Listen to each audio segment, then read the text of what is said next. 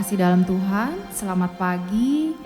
Kita jumpa lagi dalam Morning Devotion pagi ini.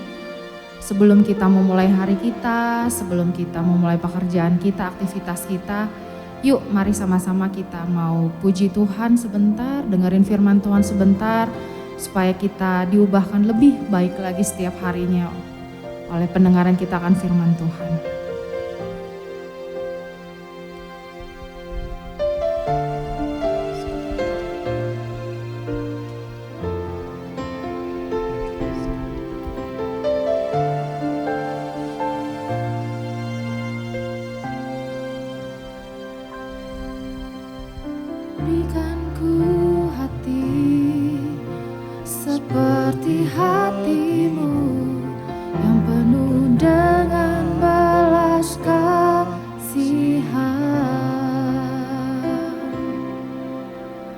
Berikanku mata seperti matamu, memandang tuayan di sekelilingku. Berikanku tanganmu untuk melakukan tugasmu. Berikanku kakimu melangkah dalam rencanamu. Berikanku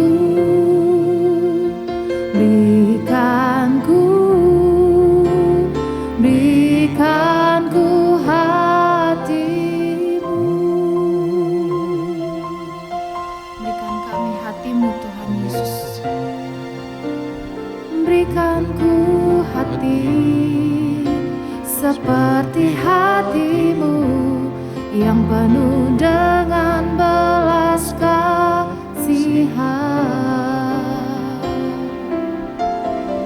Berikanku mata seperti matamu, memandang tuayan di sekelilingku. Berikanku tanganmu untuk melakukan tugasmu. Berikanku kakimu melangkah dalam rencanamu. Berikanku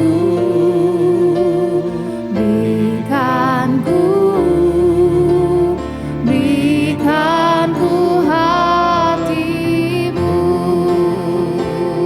Berikanku tanganmu untuk melakukan tugasmu.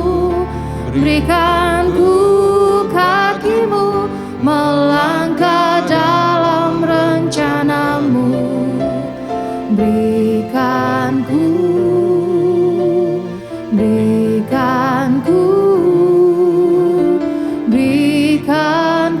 hatimu.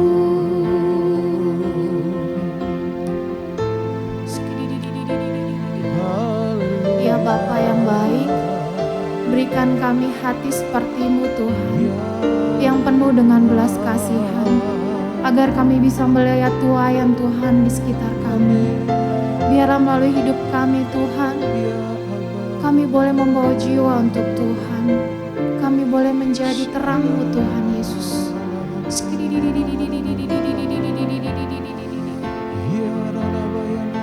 Ya Rabba ya Rabba ya Rabba ya Rabba ya Rabba ya Rabba ya Rabba ya Rabba ya Rabba ya Rabba ya Rabba.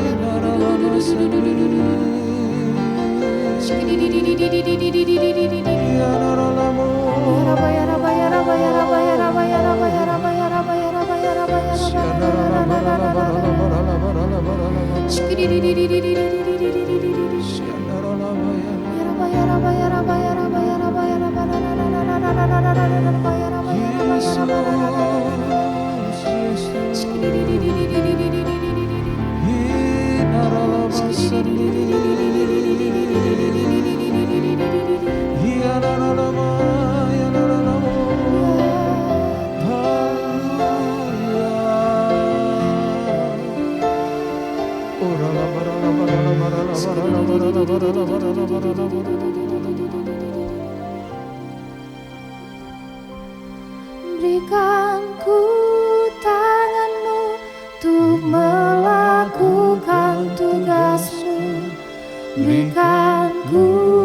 kakimu melangkah dalam rencana-Mu. Berikan ku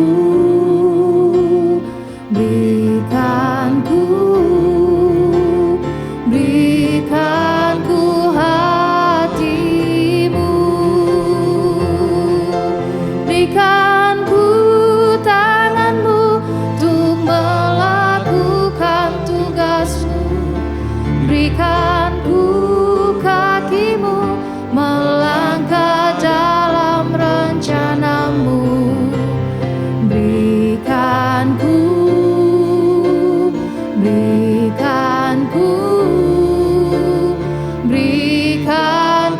hatimu. Berikan ku tangan-Mu untuk melakukan tugas-Mu.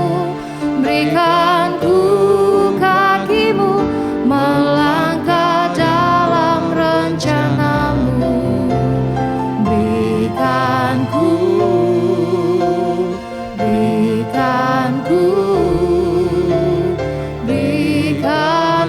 hatimu. Berikan ku hatimu. Berikan ku hatimu.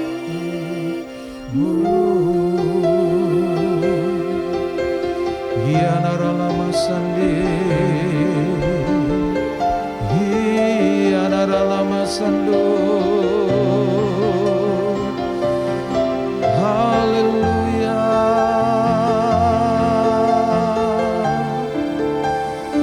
Hianaralama sande.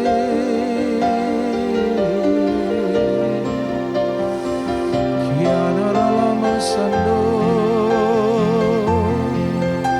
Bawa kami masuk dalam penyembahan lebih lagi ya Tuhan. Kami mau menikmati hadirat-Mu. Haleluya. Hiaralama sando.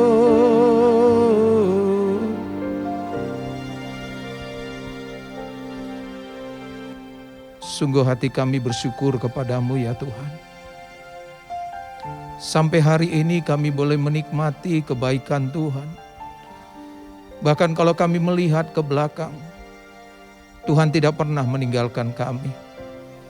Kami ada di penghujung tahun, di tahun ini Tuhan. Terima kasih buat penyertaan-Mu. Tuhan terima kasih. Biar Engkau berbicara, Engkau mengurapi setiap kami Tuhan.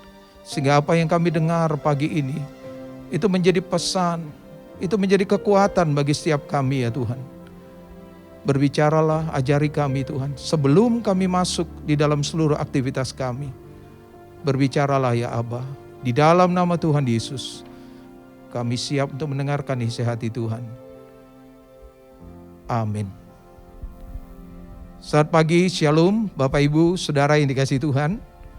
Saya percaya kabar Bapak Ibu Saudara hari ini pasti baik, pasti dalam keadaan baik. Sekalipun mungkin ada banyak pergumulan yang sedang dihadapi hari-hari ini, tapi kita bersyukur tanpa kita sadari kita sudah ada di penghujung tahun ini Saudara. Dan pagi hari ini mari siapkan hati kita untuk mendengar kebenaran firman Tuhan. Tema khotbah atau sharing kita pagi ini adalah berkat bagi orang yang berduka cita. Bapak Ibu Saudara, mari kita baca firman Tuhan dari Matius 5 ayat yang keempat. Berbahagialah orang yang berduka cita karena mereka akan dihibur. Bapak Ibu Saudara yang dikasihi Tuhan, sepanjang tahun ini bahkan mungkin lebih kurang 2 tahun ini kita menghadapi begitu banyak persoalan akibat COVID-19.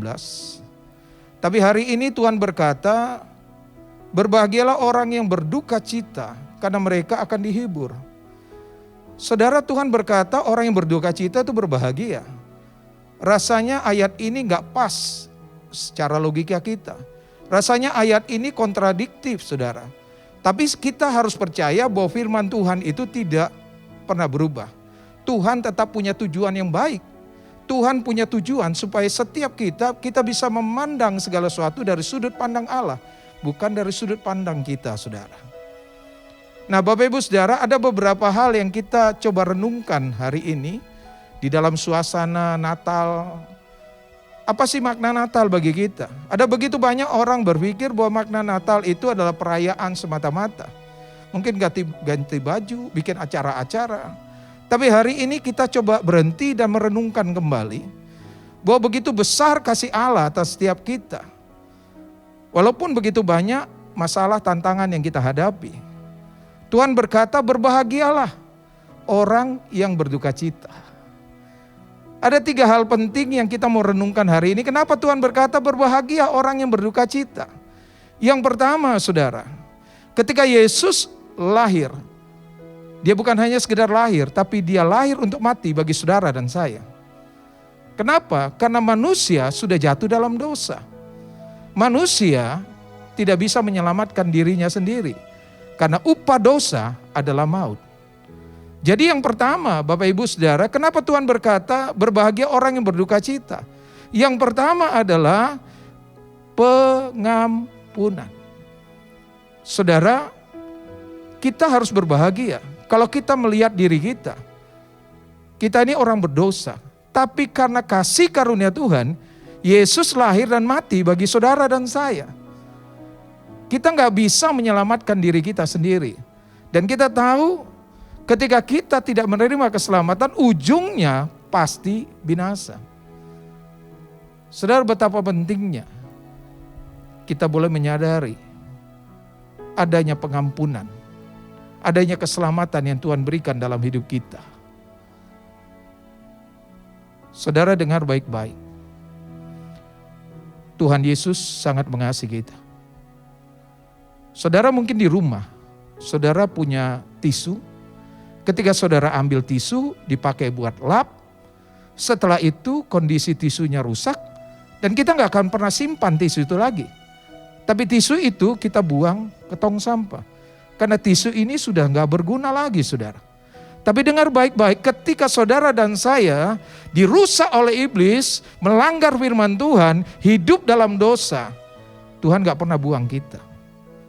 Tapi justru Tuhan memberikan pengampunan bagi saudara dan saya. Dia sangat mengasihi setiap kita. Itu sebabnya Yesus lahir ke dunia ini hanya satu, untuk menyelamatkan setiap kita. Ada amin, saudara. Kita berbahagia karena kita berduka cita. Kalau kita ingat kembali, kalau Tuhan tidak mati bagi kita, kita gak akan pernah selamat. Bahkan hidup kita tidak akan pernah berubah, saudara. Dan biarlah pagi hari ini setiap saudara dan saya membuat komitmen di hadapan Tuhan. Kita mau hidup benar di hadapan Tuhan. Kita mau hidup sungguh-sungguh dengan Tuhan. Karena kita gak bisa bayar semua kebaikan Tuhan dalam hidup kita.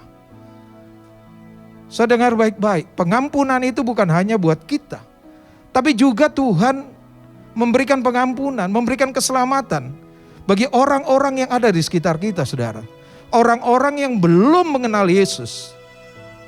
Mungkin dulu waktu kita gak ngerti akan hal ini, kita gak terlalu peduli dengan orang-orang di sekitar kita. Karena urusan keselamatan itu urusan mereka. Tapi biarlah hari ini kita boleh mengerti, kalau kita bisa diselamatkan, kita percaya orang-orang di sekitar kita juga perlu diselamatkan. Biar hari ini kita berduka di hadapan Tuhan.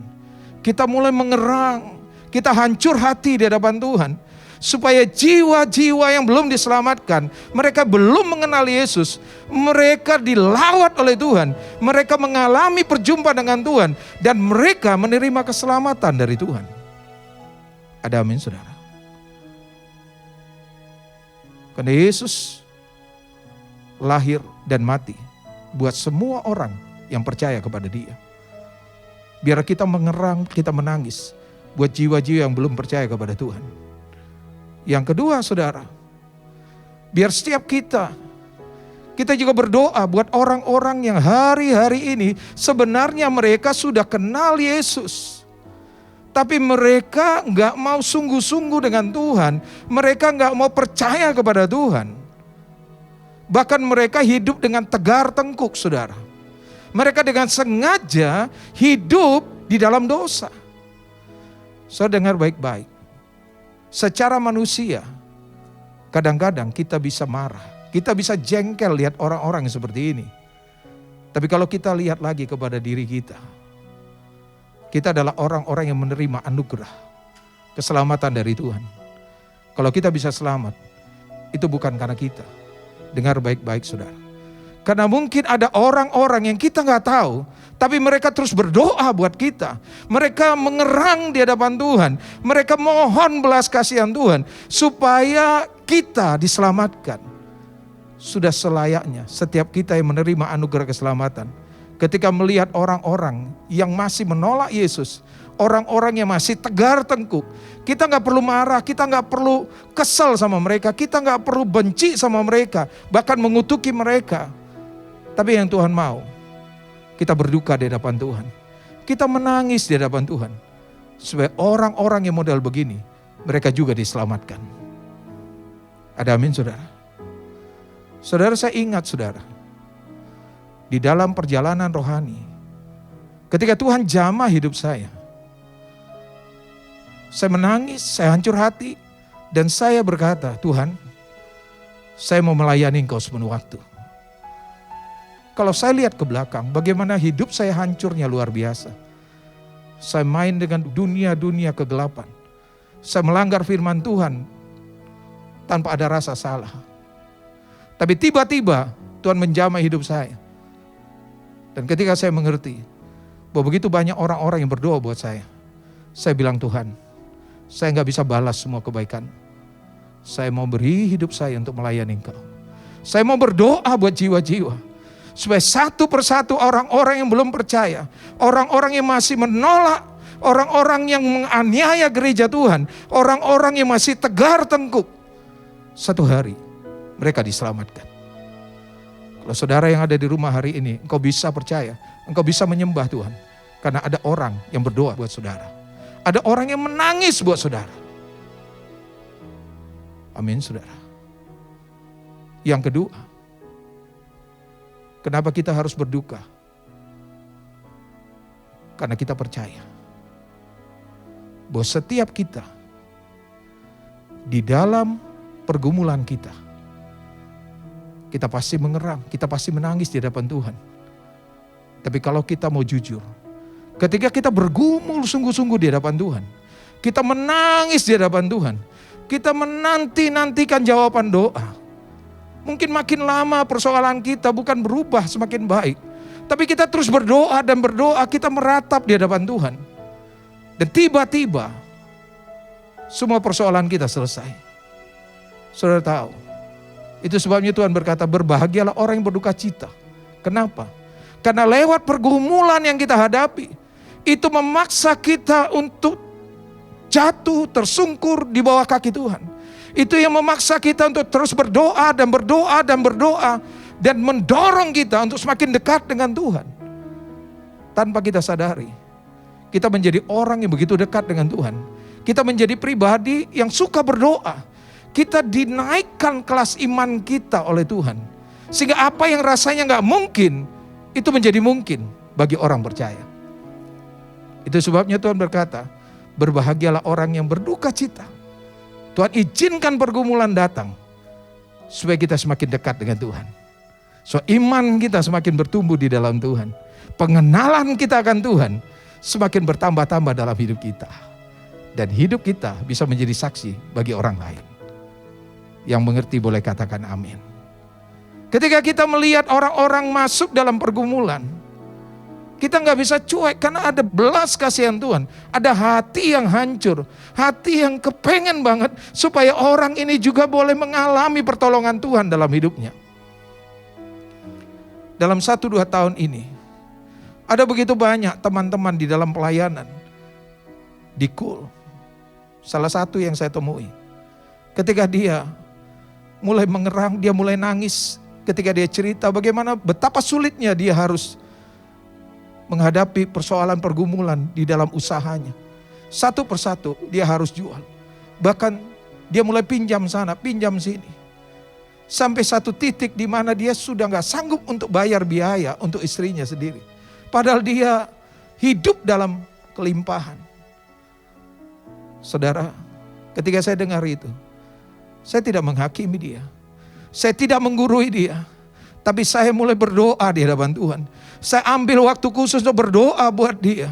Saya mohon belas kasihan Tuhan. Supaya dia hari-hari di mana masa-masa yang sulit. Dia tidak lari dari Tuhan. Dia tidak cari pertolongan dari dunia. Tapi hatinya semakin melekat kepada Tuhan. Saudara tahu. Di dalam satu titik. Dia telepon saya. Dia bilang, Pak, yang kita doain sekian bulan, Tuhan jawab. Tagihan saya yang begitu besar, tiba-tiba dibayar. Dan tiba-tiba ada orang-orang yang saya sudah lupa tagihannya. Dan dia datang untuk bayar tagihan. Sehingga saya bisa bayar seluruh karyawan saya. Dengar baik-baik. Pergumulan itu duka cita. Tapi itu menjadi kebahagiaan kalau kita mengerti.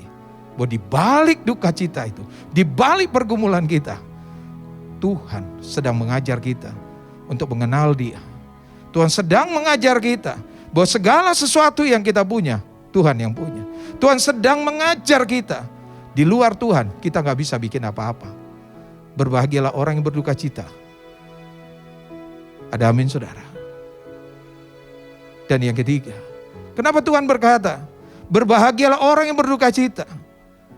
Karena kalau kita menyadari bahwa kita bisa hidup karena kasih karunia Tuhan, kita akan berduka cita karena kita belum maksimal untuk melayani Tuhan dan melayani jiwa-jiwa. Dengar saudara, kita bisa selamat, kita bisa hari ini, itu karena ada orang yang berdoa buat kita. Kalau kita mau hitung-hitungan sama Tuhan, sampai kapanpun kita gak pernah bisa bayar semua kebaikan Tuhan dalam hidup kita. Pertanyaannya, apa yang bisa kita lakukan supaya Tuhan dimuliakan? Supaya hati Tuhan senang sama kita. Kita melayani Dia. Dengar saudara, hari-hari ini kita percaya akan ada banyak tuaian terjadi. Karena Roh Kudus sedang dicurahkan secara besar-besaran. Di tengah-tengah goncangan akan banyak orang-orang yang berseru kepada nama Tuhan. Dan mereka akan diselamatkan. Tuhan sedang mencari penungai yang mau berkata, Tuhan ini aku Tuhan. Aku mau berikan hidupku. Aku mau berikan waktuku. Aku mau berikan tenagaku untuk melayani Engkau dan melayani jiwa-jiwa. Bapak Ibu, saudara yang dikasihi Tuhan. Biar hari ini kita berduka di hadapan Tuhan. Kalau selama ini kita tidak terlalu peduli dengan hal-hal yang menyangkut pelayanan untuk Tuhan maupun untuk jiwa-jiwa. Biar di dalam pergantian tahun ini, dalam suasana Natal ini, kita mengingat kembali betapa besar kasih Tuhan dalam hidup kita. Dan kita mau ambil bagian. Dan kita mau berkata, Tuhan pakai aku Tuhan. Tuhan tidak panggil orang pinter. Tapi Tuhan panggil orang yang mau dipakai oleh Tuhan. Tuhan gak panggil orang-orang yang semuanya sudah jadi. Sekalipun kau dalam pergumulan, ketika engkau berkata, Tuhan ini aku Tuhan. Dengar baik-baik. Pengurapan Tuhan akan turun atas kita. Dia akan memampukan kita untuk melakukan tugas pelayanan. Bahkan kita akan disertai dengan tanda-tanda heran dan mujizat. Ada amin saudara. Petrus dan murid-murid yang ada. Mereka adalah orang-orang yang menerima anugerah keselamatan dari Tuhan. Mereka bukan lulusan dari bangku sekolah yang tinggi. Mereka adalah nelayan orang-orang biasa. Tapi ketika Tuhan memanggil mereka, mereka mengikuti Tuhan. Ada masanya mereka mengalami begitu banyak tantangan. Bahkan mereka sempat meninggalkan Tuhan. Karena mereka pikir, mereka gagal untuk mempertahankan iman mereka. Mereka gagal untuk setia sampai akhir bersama dengan Tuhan. Tapi saya mau bilang begini saudara. Tuhan tidak lihat kegagalan saudara. Tuhan tidak lihat semua kelemahan saudara, keterbatasan saudara. Tuhan hanya mau melihat hati saudara dan saya. Ketika kita berkata, Tuhan ini aku Tuhan, maka semua yang kurang Tuhan akan sempurnakan. Sehingga kita bisa melayani dengan sempurna. Karena Tuhan yang sempurna ada di dalam diri kita. Ada amin? Amin saudara. Percayalah di dalam diri kita itu ada talenta yang Tuhan berikan. Percayalah bahwa Tuhan akan menyertai kita dengan pengurapannya. Sehingga kita mampu untuk melayani Tuhan dan melayani jiwa-jiwa. Saudara, satu hari saudara, ketika saya dengan istri saya, kami sedang makan. Dan pada waktu itu, terus terang saudara, saya agak terganggu dengan orang-orang yang datang ngamen saudara. Tapi hari itu, Tuhan tegur saya. Tiba-tiba belas kasihan Tuhan yang kuat turun atas orang-orang yang datang ketika kami makan saudara. Dan waktu saya memandang dia, saya bilang, Mas, udah gak usah nyanyi, duduk di sini. Saya pesan makanan. Lalu datang rombongan yang kedua. Jadi ada 4 orang. Lalu datang rombongan yang ketiga. Ada 6 orang. Dan saya bilang, duduk di sini dan makan. Setelah itu saya mulai bicara kepada mereka. Saudara tahu, saya juga khawatir. Kalau nanti orang ini menolak, orang ini akan marah sama saya. Tapi ada belas kasihan Tuhan yang kuat dalam hati saya. Dan saya berkata, Mas, setelah kehidupan ini, Mas percaya enggak akan masuk surga? Dan semua mereka berkata, mudah-mudahan. Mereka enggak yakin dengan keselamatan mereka. Dan saya berkata, hanya ada satu jalan yang bisa membawa semua masuk surga, yaitu Yesus Kristus Tuhan. Saudara tahu apa yang terjadi? Tiba-tiba mereka mau didoakan. Dan hari itu mereka menerima Yesus sebagai Tuhan dan Juru Selamat. Sesuatu yang tidak pernah dipikirkan. Tapi saya mau bilang begini, setiap perjalanan hidup kita adalah kesempatan untuk kita bisa melayani Tuhan dan melayani jiwa-jiwa. Saya berdoa dalam suasana Natal ini, kita mulai renungkan kembali apa arti hidup kita. Supaya satu hari kelak, ketika kita dipanggil Tuhan, Tuhan berkata, kita adalah hamba yang baik dan yang setia. Berbahagialah orang yang berduka cita. Dan saya percaya, saudara akan dihibur oleh Tuhan. Saudara akan diubahkan oleh Tuhan. Dan biarlah kita meninggalkan tahun ini di dalam sukacita Allah yang besar. Amin. Bapa, terima kasih. Kau berkati anak-anak-Mu. Apapun pergumulan mereka, Tuhan campur tangan. Kalau ada yang sakit, Tuhan sembuhkan. Mereka yang sedang membutuhkan pekerjaan, Tuhan buka jalan. Sehingga mereka boleh menerima pekerjaan yang baru. Mereka yang sedang bergumul untuk bisnis mereka, Tuhan buka jalan. Tuhan berkati, berikan ide yang kreatif. Sehingga mereka boleh membangun usaha yang baru. Bahkan mengembangkan apa yang sudah ada. Terima kasih Bapak, berkati negeri dan bangsa ini. Kami percaya Indonesia ada di tangan Tuhan. Biarlah keamanan ada di negeri ini. Kesembuhan demi kesembuhan terjadi atas bangsa kami. Dan ekonomi bangsa kami diberkati oleh Tuhan. Terjadi pertumbuhan ekonomi yang luar biasa di negeri ini. Terima kasih Bapak. Di dalam nama Tuhan Yesus. Haleluya. Amin. Tuhan, ini tugas kami. Beri